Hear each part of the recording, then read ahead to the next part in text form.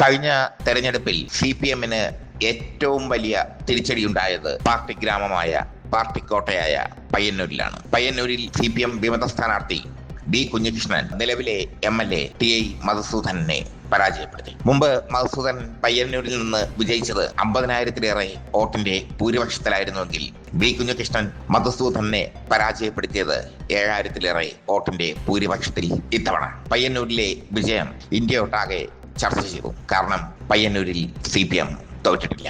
ആദ്യമായാണ് CPM അവിടെ തോൽക്കുന്നത്. പയ്യന്നൂരിൽ വിജയിച്ച B. കുഞ്ഞികൃഷ്ണൻ ഇപ്പോൾ ആകെ പരിതാപകരമായ അവസ്ഥയിലാണ്. B. കുഞ്ഞികൃഷ്ണന്റെ വിജയം റദ്ദാക്കണമെന്നാവശ്യപ്പെട്ട് TI മധുസൂദനൻ ഹൈക്കോടതിയിൽ ഹർജി നൽകിയിരിക്കുന്നു. രക്തസാക്ഷി ഫണ്ട് വെട്ടിപ്പ് എന്ന കള്ളപ്രചരണം നടത്തിയാണ് B. കുഞ്ഞികൃഷ്ണൻ ജയിച്ചതെന്നും അദ്ദേഹം എഴുതിയ പുസ്തകം അണികൾ നേതാക്കളെ തിരുത്തണം എന്ന പുസ്തകം പാളിച്ചകൾ ഉള്ള അല്ലെങ്കിൽ കള്ളം കുത്തി നിറച്ച പുസ്തകമാണെന്നും ഒക്കെയാണ് B. മധുസൂദനന്റെ ആരോപണം. വോട്ടർമാരെ കള്ളം പറഞ്ഞ് തെറ്റിദ്ധരിപ്പിച്ചു. അങ്ങനെ B. കുഞ്ഞികൃഷ്ണൻ വിജയിച്ചു. അതുകൊണ്ട് തന്നെ ആ വിജയം ശാശ്വതമല്ലെന്നും ആ വിജയം റദ്ദാക്കണമെന്നും TI മധുസൂദനൻ ആവശ്യപ്പെട്ടിരിക്കുന്നു. ധൻരാജ് രക്തസാക്ഷി ഫണ്ടിന്മേൽ 1 കോടി രൂപ തട്ടിച്ചു എന്നാണ് കുഞ്ഞികൃഷ്ണൻ ഉയർത്തിയ ആരോപണം. 1 കോടി സമാഹരിച്ചതിൽ 45 ലക്ഷം രൂപ 1 കോടി സമാഹരിച്ചു, 45 ലക്ഷം രൂപ TI മധുസൂദനൻ തട്ടിയെടുത്തു എന്നാണ് ആരോപണം. ആ ആരോപണം തികച്ചും വ്യാജമാണെന്ന് TI മധുസൂദനൻ കോടതിയിൽ പറയും. ആ ആരോപണം ഉന്നയിച്ചാണ് B. കുഞ്ഞികൃഷ്ണൻ ഇലക്ഷനിൽ വിജയിച്ചത്.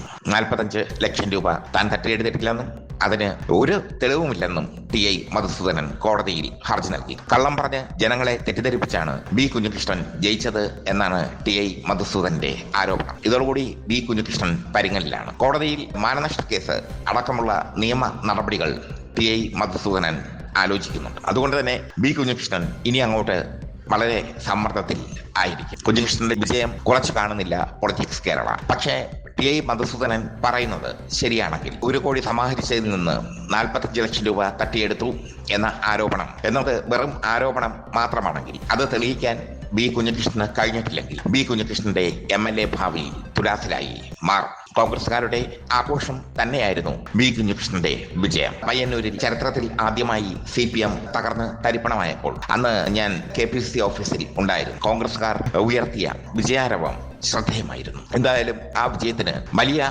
ആയുസ് ഇല്ല എന്നാണ് ഇപ്പോൾ തെളിഞ്ഞിരിക്കുന്നത്. ആ വിജയത്തിന് എത്ര നാൾ ആയുസ് ഉണ്ടാകും എന്നതിനെ പറ്റിയുള്ള സംശയവും നിലനിൽക്കുന്നു. TI മധുസൂദനനെ സംബന്ധിച്ചിടത്തോളം അദ്ദേഹത്തിന് ഏറ്റത് അപ്രതീക്ഷിതമായ പരാജയമാണ്. ആ പരാജയം CPM-ന്റെയും വലിയൊരു പരാജയമായി മാറി.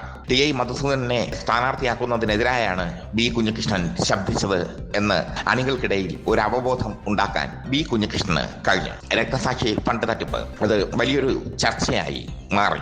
രക്തസാക്ഷി ഫണ്ട് തട്ടിപ്പ് നടന്നിട്ടില്ല എന്ന് CPM അക്കമിട്ട് നിരത്തിയെങ്കിലും പയ്യന്നൂരിലെ സഖാക്കൾ അത് വിശ്വസിച്ചില്ല. അവർ B. കുഞ്ഞികൃഷ്ണന് അനുകൂലമായി പ്രവർത്തിക്കുകയും വോട്ട് ചെയ്യുകയും ചെയ്തു.